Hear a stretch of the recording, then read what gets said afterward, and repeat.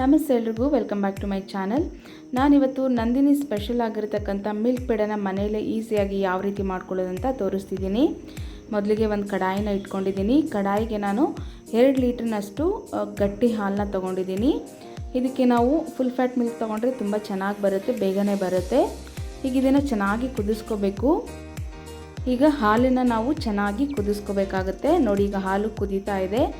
ಆಗಾಗ ಈ ರೀತಿ ಕೈ ಆಡಿಸ್ತಾನೆ ಇರಬೇಕು. ಸೈಡಲ್ಲಿರೋಂಥ ಕೆನೆನೆಲ್ಲ ಮಧ್ಯದಲ್ಲಿ ಈ ರೀತಿ ಮಾಡ್ತಾ ಮಾಡ್ತಾ ಹಾಲನ್ನ ಚೆನ್ನಾಗಿ ಕುದಿಸ್ಕೋಬೇಕು.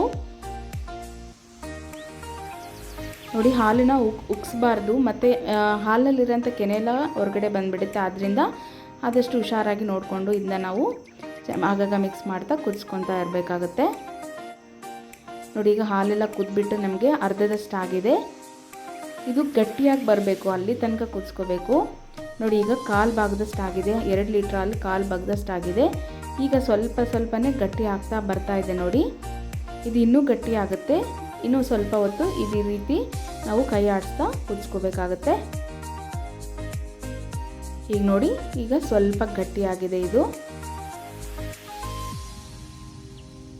ಚೆನ್ನಾಗಿ ಮಿಕ್ಸ್ ಮಾಡ್ಕೊಳ್ಳೋಣ. ಮತ್ತು ನೋಡಿ, ಇನ್ನೊಂದು 5 ನಿಮಿಷ ಬಿಟ್ಟ ನಂತರ ಇಷ್ಟು ಗಟ್ಟಿಯಾಗಿ ಬಂದಿದೆ.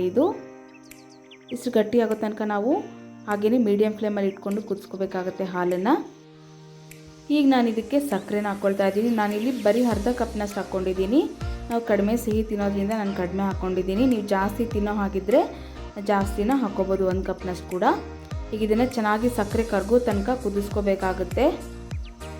ನೋಡಿ, ಸ್ವಲ್ಪ ಸಕ್ಕರೆ ಹಾಕಿದ ನಂತರ ಮತ್ತೆ ಸ್ವಲ್ಪ ತೆಳುವಾಗಾಯಿತು. ಈಗ ಇದನ್ನು ಗಟ್ಟಿಯಾಗೋ ತನಕ ಕುದಿಸ್ಕೋಬೇಕು ಇನ್ನೊಂದು ಸ್ವಲ್ಪ ಹೊತ್ತು. ನೋಡಿ, ಈಗ ಇದು ಚೆನ್ನಾಗಿ ಗಟ್ಟಿ ಆಗಿಬಿಟ್ಟು ತಳ ಬಿಡ್ತಾ ಇದೆ. ಈ ರೀತಿ ಆಗಿದೆ ಅಂದರೆ ಪರ್ಫೆಕ್ಟಾಗಿ ಆಗಿದೆ ಅಂತ ಅರ್ಥ. ಈಗ ಇದನ್ನು ಸ್ವಲ್ಪ ಹೊತ್ತು ಆರೋದಕ್ಕೆ ಬಿಡೋಣ. ಅದಾದ ನಂತರ ನಾವು ಪೇಡನ ಮಾಡ್ಕೋಣ. ನಾನು ಕೈಗೆ ಸ್ವಲ್ಪ ನೀರನ್ನು ಹಚ್ಕೊಂಡು ಈ ರೀತಿ ಪೇಡ ಮಾಡ್ಕೊಳ್ತಿದ್ದೀನಿ. ನಿಮಗೆ ಯಾವ ಶೇಪಲ್ಲಿ ಬೇಕು ಅಥವಾ ಯಾವ ಡಿಸೈನಲ್ಲಿ ಬೇಕು ನೋಡಿಕೊಂಡು ಮಾಡ್ಕೋಬೋದು. ನಾನು ಈ ರೀತಿ ಫೋರ್ಕಿಂದ ಮಾಡ್ಕೊಂಡು ತೋರಿಸ್ತಿದ್ದೀನಿ. ನೋಡಿ, ಡಿಸೈನ್ ಈ ರೀತಿ ಬರುತ್ತೆ. ಇಲ್ಲ ಪ್ಲೇನಾಗೆ ಬೇಕು ಅಂದರೆ ಈ ರೀತಿ ಜಸ್ಟ್ ಮಾಡಿಕೊಂಡ್ರು ಕೂಡ ಆಯಿತು. ನೋಡಿ, ಇದೇ ರೀತಿ ನಾನು ಎಲ್ಲ ಪೇಡನೂ ಕೂಡ ರೆಡಿ ಮಾಡಿ ಇಟ್ಕೊಂಡಿದ್ದೀನಿ. ತುಂಬಾ ಚೆನ್ನಾಗಿರುತ್ತೆ, ಸಾಫ್ಟಾಗಿ ಟೇಸ್ಟಿಯಾಗಿರುತ್ತೆ.